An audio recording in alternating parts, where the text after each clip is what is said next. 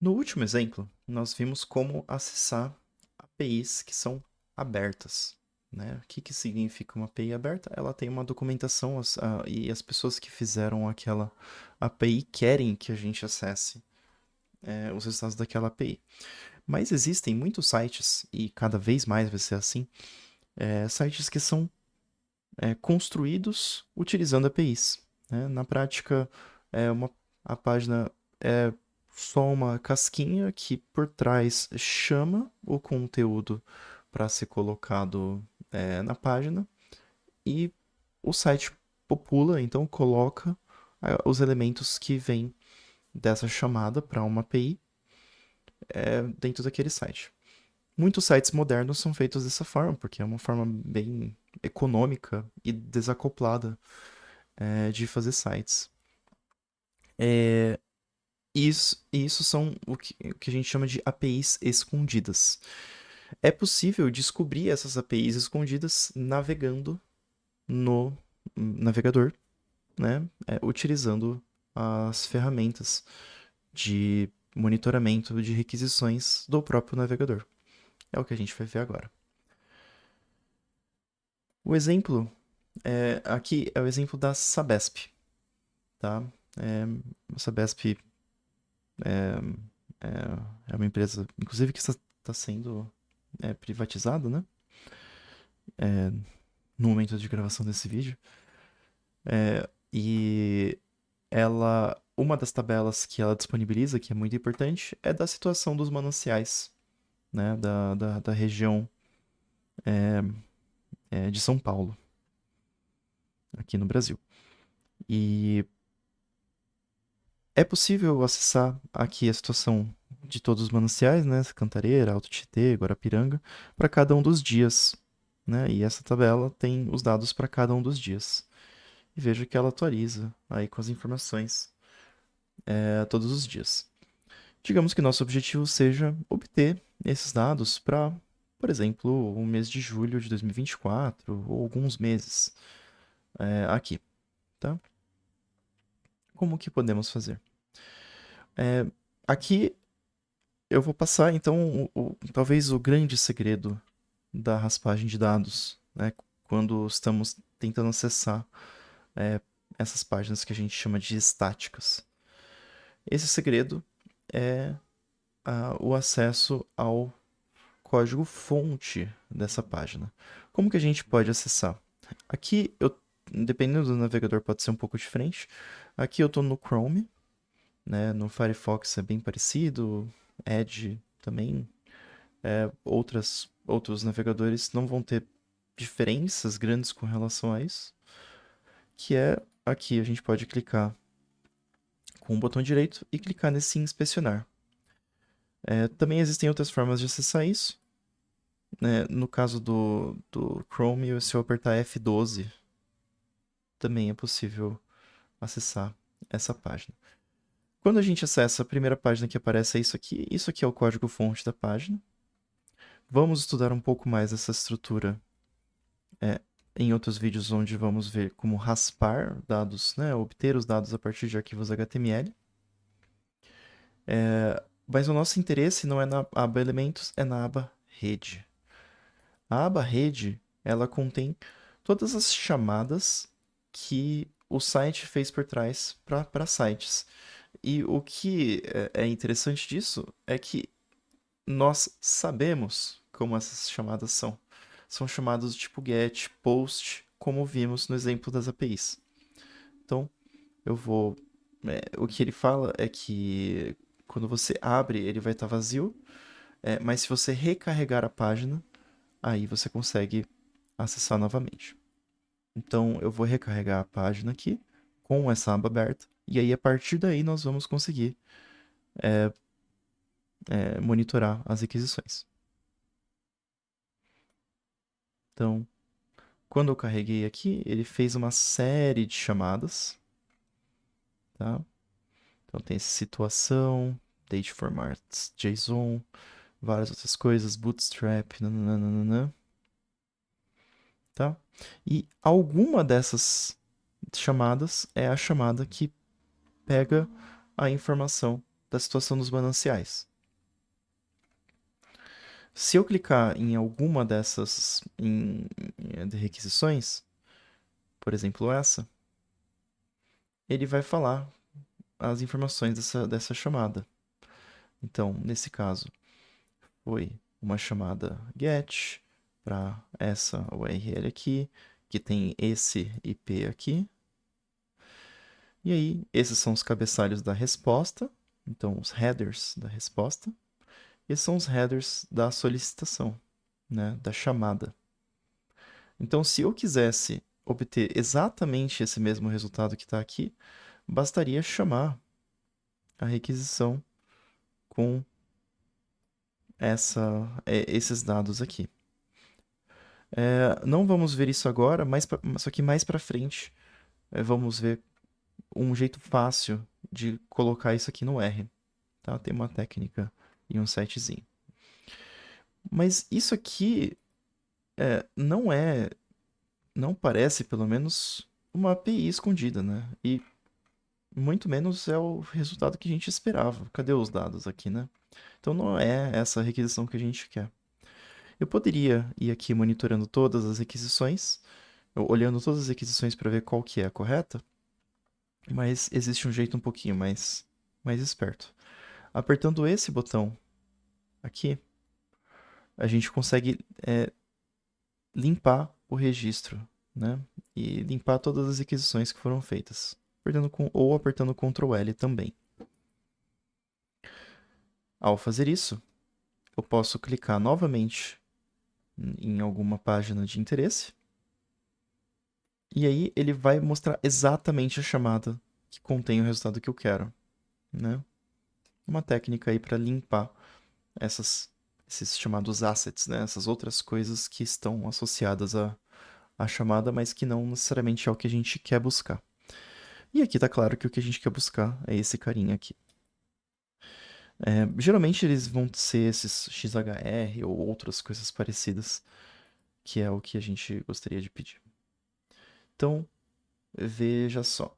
O que ele chamou aqui foi mananciaisabs.com.br/API. Olha que interessante. Então aqui ele já está deixando bem claro que isso aqui é uma API. Não, nem sempre vai ter o termo API, mesmo sendo uma API escondida. Mananciais, resumo sistemas e o dia em que isso foi buscado. É uma requisição do tipo GET. E se eu colocar aqui em visualização, a resposta vem num formato JSON. Olha só. Se eu colocar resposta, ele vem no formato bruto, tá? Do texto. É isso aqui. E essa aqui, a visualização, é o formato já transformado para facilitar a visualização do próprio Chrome. Mas veja que tem todos os dados que a gente tem interesse aqui. Olha que legal. O que a gente não tem nesse caso? Uma documentação. Então, não temos controle exatamente sobre como que isso aqui deve ser chamado, se, por exemplo, tem algum parâmetro possível de chamar, a gente só tem acesso ao que a gente conseguiu observar e ao resultado, né? A gente não sabe exatamente qual o formato do resultado. Dá para inferir a partir de alguns exemplos, mas não necessariamente sabemos o resultado. E bom, agora o trabalho é imitar essa requisição dentro do R. Então eu vou copiar essa URL aqui e vamos para o R. Então, vou colocar aqui montando a requisição get. Então, eu vou fazer assim, o base recebe isso aqui e eu vou tirar o dia, porque o dia será o nosso parâmetro, digamos assim. Então, o dia será isso aqui. Então, o dia recebe paste 0, o base e dia. E aí nós podemos fazer um get, carregar o pacote HTTR, claro, né?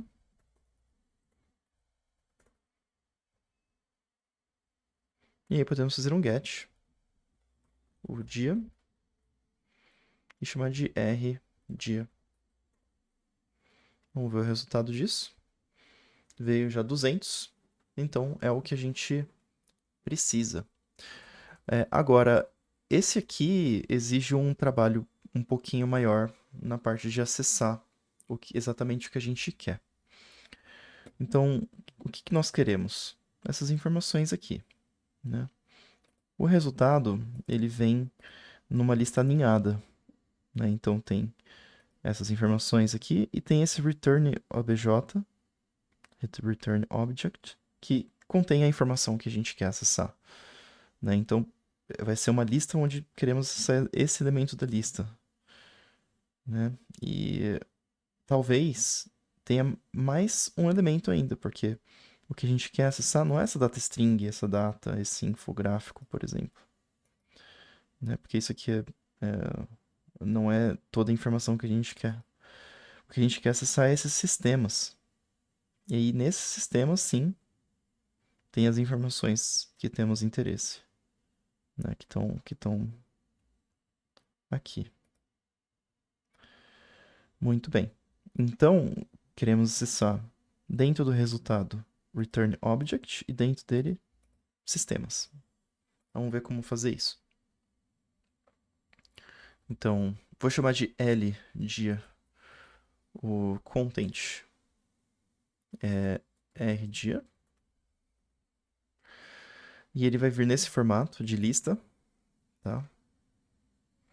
E é um pouquinho chato de mexer. Mas aí a gente pode acessar o resultado sim.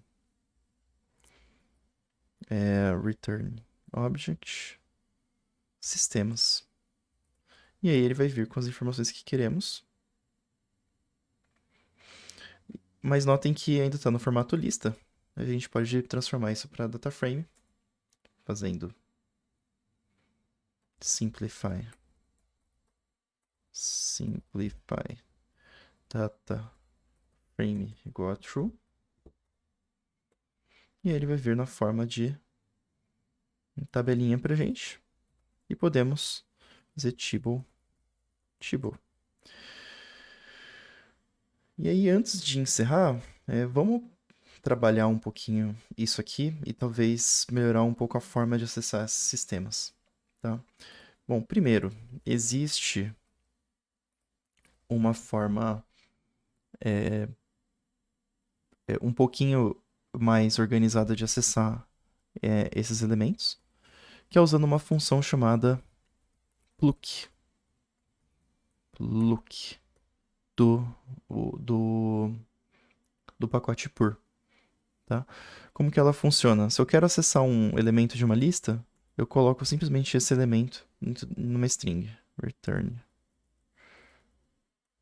E se eu quiser acessar um elemento dentro desse elemento, basta eu colocar separando por vírgulas, né? E isso aqui já fica bem mais organizadinho, bonitinho pra gente. E o resultado é exatamente o mesmo, tá? Podemos transformar para uma table.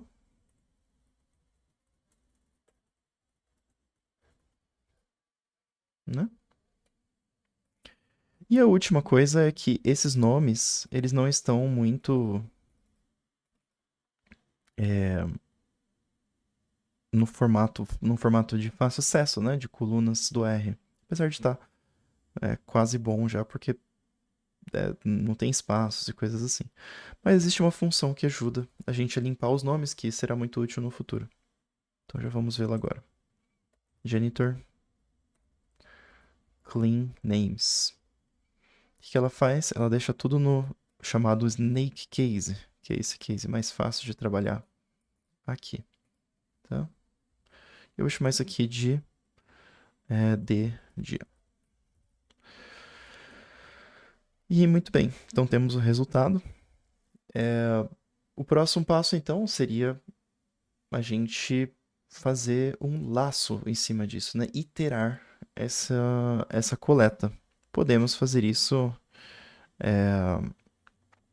criando uma função que faz isso aqui, que coleta isso aqui a partir de um dia, colocando dia como parâmetro, e depois obtendo para vários dias diferentes. Vamos ver como poderia ser feito. Então, eu vou copiar isso aqui. Vou chamar essa função de sabesp baixar dia. Recebe function dia. E colei aqui todos os códigos que fizemos antes. Vou deixar eles empilhadinhos. Essa parte não precisa. E esse aqui é o retorno da função. E aí nós podemos baixar, utilizando essa função, baixar um dia específico. Por exemplo, 2024-05-02. Ele vai lá e baixa as informações desse dia.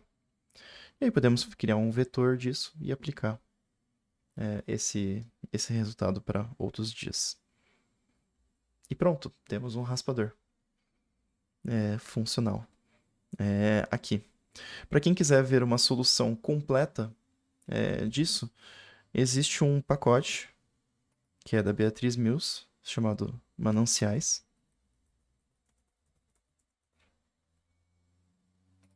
que tem o código que faz esse download e ele sistematiza também esse download e atualiza os dados dos mananciais, tá bom? Então, tem as informações aqui, por exemplo, ó, já está no dia 19/7. Eu acredito que ele atualize de semana em semana ou de mês em mês. Então, isso aqui, se vocês quiserem ver, é um código que está em R, ele tem todas as informações de como acessar essas informações. Então, nesse vídeo nós vimos o exemplo da Sabesp, que contém uma API escondida. APIs escondidas são realmente muito úteis para... A técnica de descobrir APIs escondidas é muito útil para conseguir acessar os dados de sites, porque quando um site tem API escondida, geralmente a gente fica muito feliz, né? Porque isso significa que podemos pular diversos passos e acessar os dados diretamente, como se a gente tivesse uma API documentada. E esse acesso geralmente é mais estável, ele também é mais rápido, porque a transferência de dados é menor. E o código também fica muito simples, como vocês viram, a gente chegou até a criar uma função em alguns minutos, né? Então, em próximos vídeos veremos exemplos de APIs documentadas, mas que exigem autenticação, ou APIs escondidas, que são mais complicadinhas. Tá bom? Valeu.